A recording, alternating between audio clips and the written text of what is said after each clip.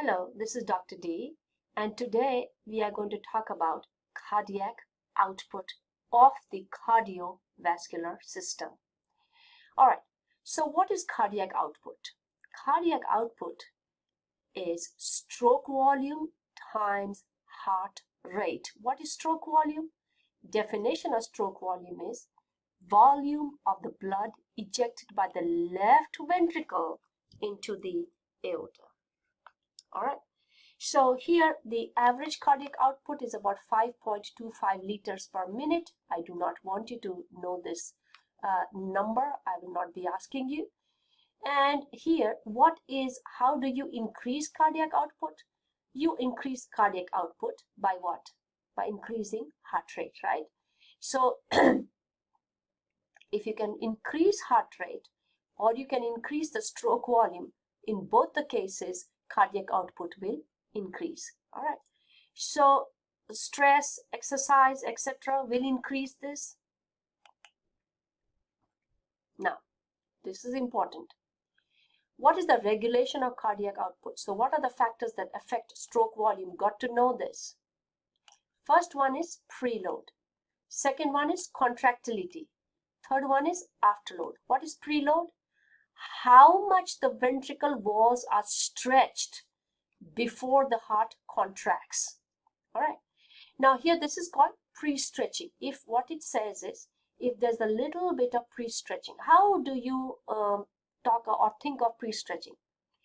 I always give the analogy in class that if you were to blow a balloon, it's always helpful to pre-stretch. So if you pre-stretch the balloon, then what happens is, then the final, when you blow air into it, you will not have that much of difficulty, right? So if there's little bit of blood that's left over and little bit of pre-stretching of the ventricle, then it allows more forceful contraction. This is Frank Starling law of the heart. Okay, contractility is forcefulness of the contraction, with how much force the individual muscle fibers are contracting. And of course, don't forget, it is affected by autonomic innervations, hormones, and I forgot to add one more thing, ions. Afterload. Afterload means resistance. How much arterial pressure must be exceeded before the heart can be ejected from the ventricles. All right. Now here, don't forget that the ventricles are pumping. The ventricle is pumping. This ventricle, which is the right ventricle, is pumping to the what? Lungs, right? And this left ventricle is pumping out into the what? Aorta. So what we are saying is, how much of resistance of the arteries must be overcome. And of course, more important is aorta, then the pulmonary artery, right? Must be overcome for the blood to be forced out of the ventricles, right? If there is some plaque in here, if there's some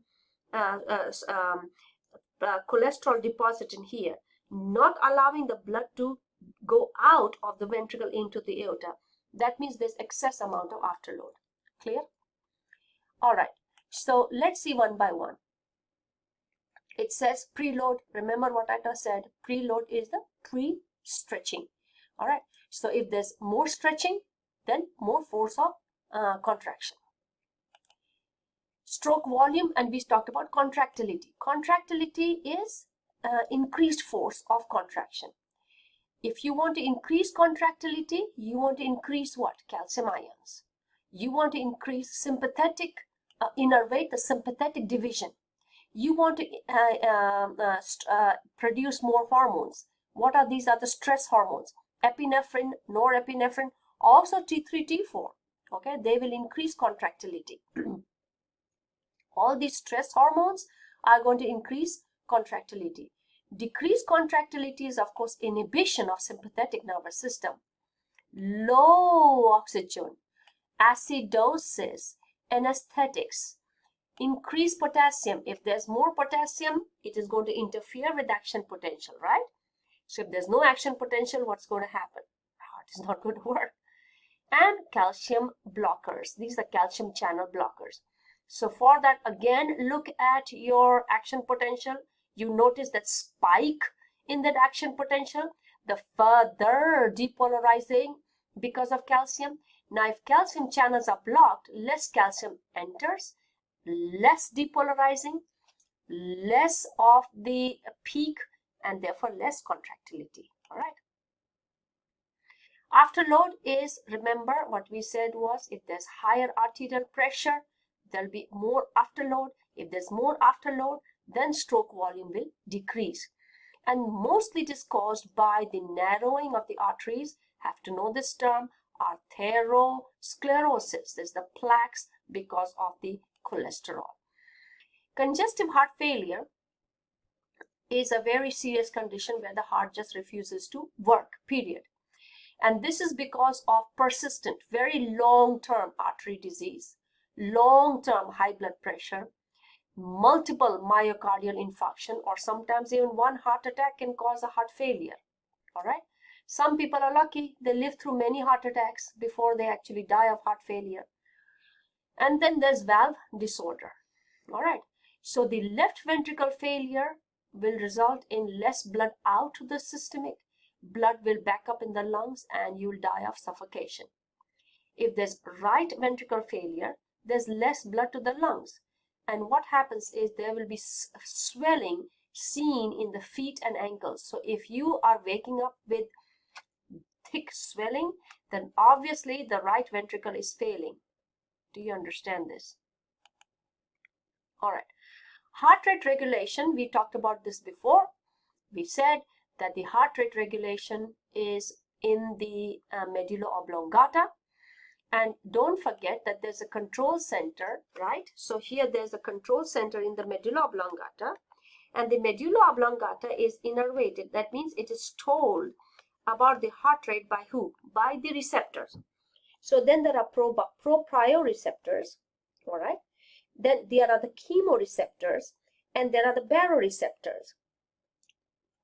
Now, proprioceptors are the sensory receptors that monitor the limb.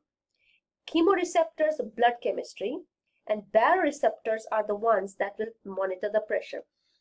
These receptors will give the message to the control center. That's the medulla oblongata.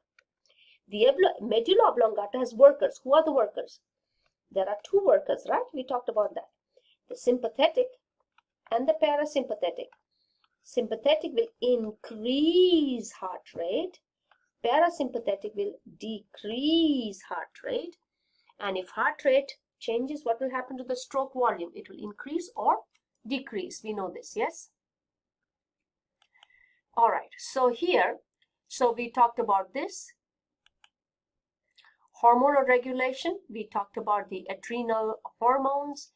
You have not come across norepinephrine and epinephrine as hormones. You've come across as neurotransmitters in 201. What you need to understand is adrenal gland also produces norepinephrine and epinephrine, and these are hormones, not neurotransmitters. All right. So they will do the same work as the neurotransmitter norepinephrine or epinephrine and produce the same result. That means they will activate, get the body ready for flee or fight, just as if the sympathetic nervous system was activated. Okay, so norepinephrine, epinephrine, when they are produced, the body will go, they are called stress hormones. The body will go into flee or fight mode. And these hormones are obviously going to increase the heart rate. Thyroid hormones also will increase the heart rate and cardiac contractility. Ions, we talked about this before. Calcium will speed up depolarizing and therefore will strengthen the force of contraction and the heart rate.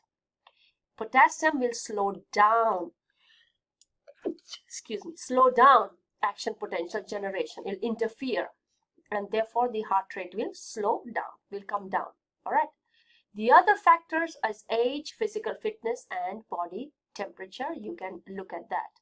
All right. So with this, we come to the end of what I wanted to tell you today.